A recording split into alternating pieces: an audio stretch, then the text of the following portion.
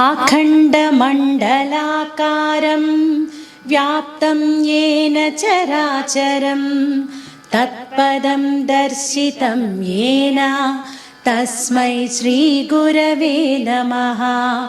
अज्ञानतिमिरान्धस्य ज्ञानाञ्जनशलाकया चक्षुरुन्मीलितं येन तस्मै श्रीगुरवे नमः।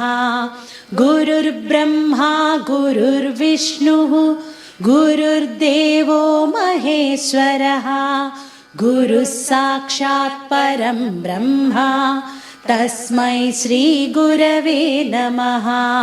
स्थावरं जङ्गमं व्याप्तं यत्किञ्चित् सचराचरं तत्पदं दर्शितं येन तस्मै श्रीगुरवे नमः।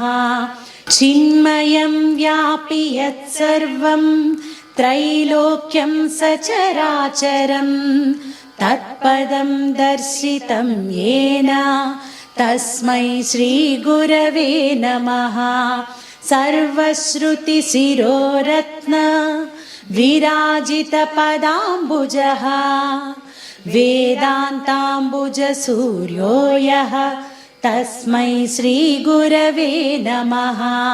चैतन्यः शाश्वतः शान्तः व्योमातीतो निरञ्जनः बिन्दुनादकलातीतः तस्मै श्रीगुरवे नमः।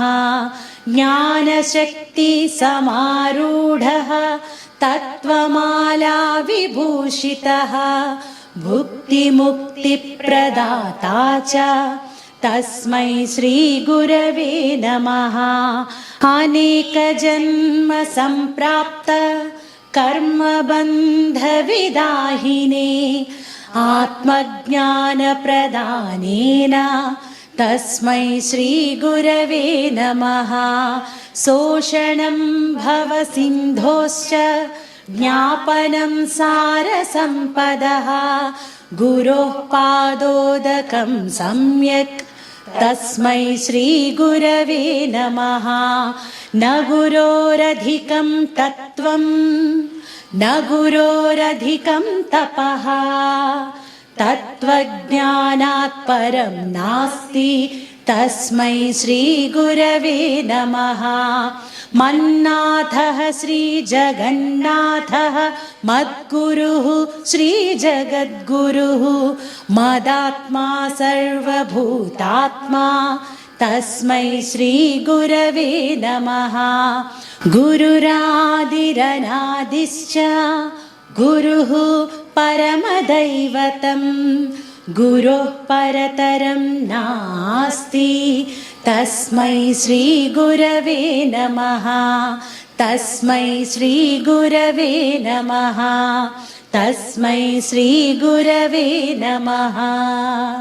त्वमेव माता च पिता त्वमेव त्वमेव बन्धुश्च सखा त्वमेव त्वमेव विद्या द्रविणं त्वमेव त्वमेव सर्वं मम देवदेव त्वमेव सर्वं मम देवदेव त्वमेव सर्वं मम देवदेव।